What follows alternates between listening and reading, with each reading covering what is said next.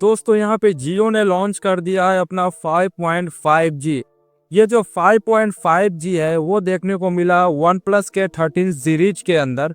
जियो ने इस 5.5G को इसलिए इंट्रोड्यूस किया है क्योंकि जो 5G का स्पीड है वो लगातार नीचे गिरता जा रहा था और लोगों को काफ़ी ज़्यादा परेशानी हो रहा था।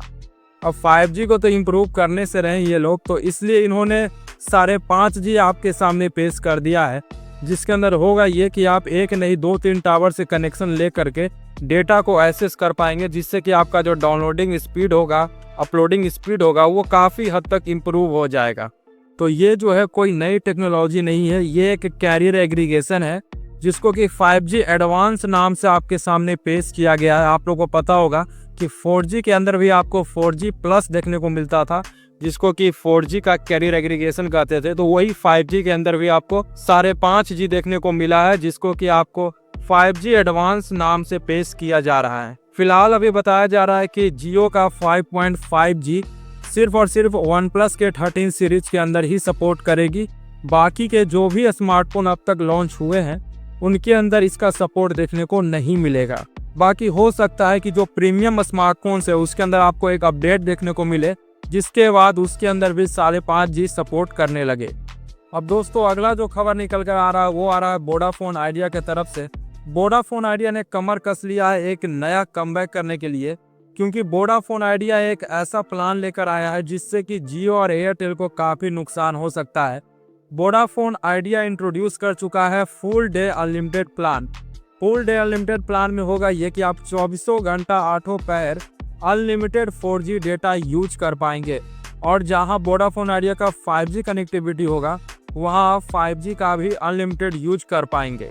पहले आप सबको पता था कि हीरो अनलिमिटेड देखने को मिलता था, उसके बाद सुपर हीरो अनलिमिटेड प्लान आया, उसके बाद आपको ये फुल डे अनलिमिटेड प्लान देखने को मिला है। अब ये जो फुल डे अनलिमिटेड प्लान है ये सभी सर्कल में लॉन्च नहीं हुआ है।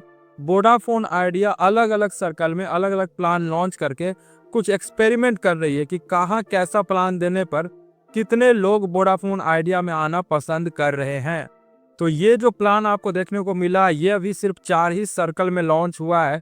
इसमें कि पहला नाम आता है आंध्र प्रदेश का, दूसरा मध्य प्रदेश, तीसरा कर्नाटका और चौथा में राजस्थान आता है। तो ये 4 सर्कल से यदि आप हैं तो आप जाकर अभी चेक कीजिए, आपके स्मार्टफोन में ये ऑफर जरूर शो कर रहा होगा।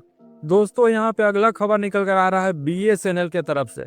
अब BSNL का बहुत ज़्यादा नाम आप सबको देखने को मिला था, एक समय काफ़ी ज़्यादा ट्रेंड में था BSNL, लेकिन यहाँ पे लोगों का काफ़ी ज़्यादा शिकायत आ रहा है कि BSNL का जो सर्विस है वही पूरा तरीका से ठप हो चुका है। BSNL सही से बिल्कुल भी काम नहीं कर रहा है। जिन लोगों ने भी BSNL का सिम परचेस किया था सभी को रिग्रेट हो रहा है और सभी लोग वापसी कर रहे हैं जियो और एयरटेल के अंदर, क्योंकि BSNL ना तो अपना सर्विस ही सुधार रहा है और ना ही BSNL अपना 4G लेकर आ रहा है। तो यहाँ पे BSNL बातें करता है अपने 5G लाने की, अपने 4G को पूरे इंडिया के अंदर लाने की, लेकिन BSNL कोई भी काम नहीं कर रहा है।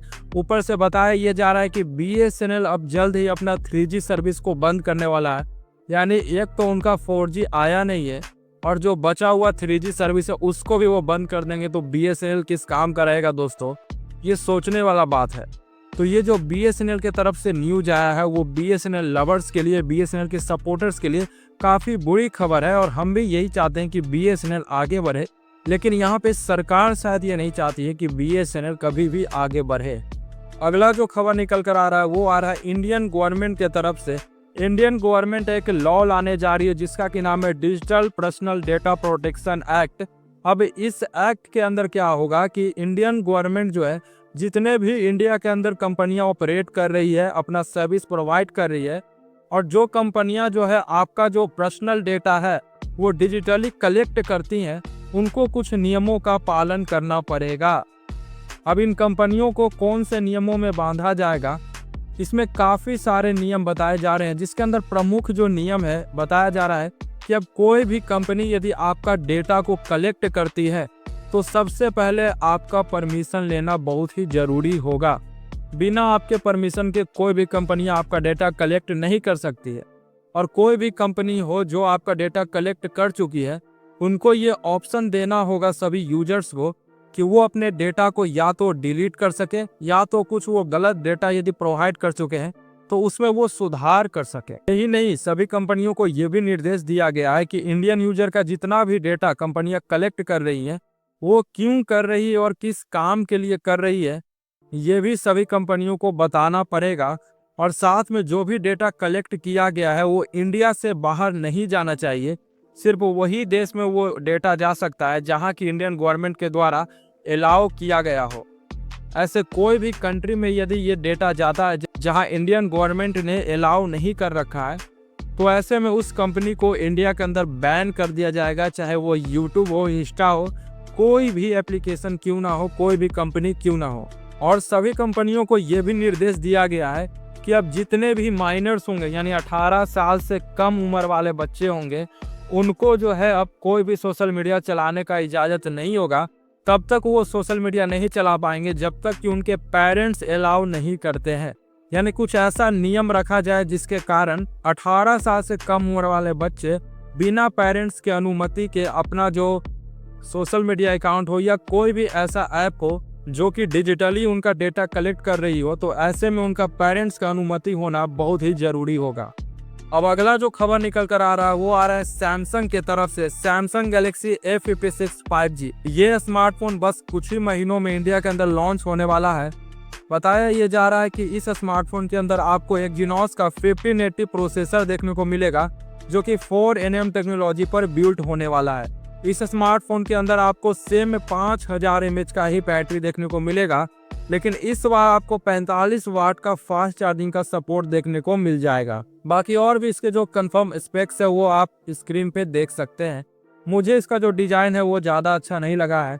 पिछला जो डिज़ाइन था इससे काफ़ी अच्छा था और काफ़ी प्रीमियम लुक दे रहा था। इस बार जो डिज़ाइन है वो थोड़ा चीप क्वालिटी का मुझे देखने में लग रहा है। बाकी आज की टेक न्यूज़ यहीं समाप्त होती है। आपको यह टेक न्यूज़ कैसा लगा कमेंट बॉक्स में ज़रूर बताइएगा। हम मिलते हैं फिर किसी एक नए वीडियो में, तब तक के लिए धन्यवाद आप सभी का।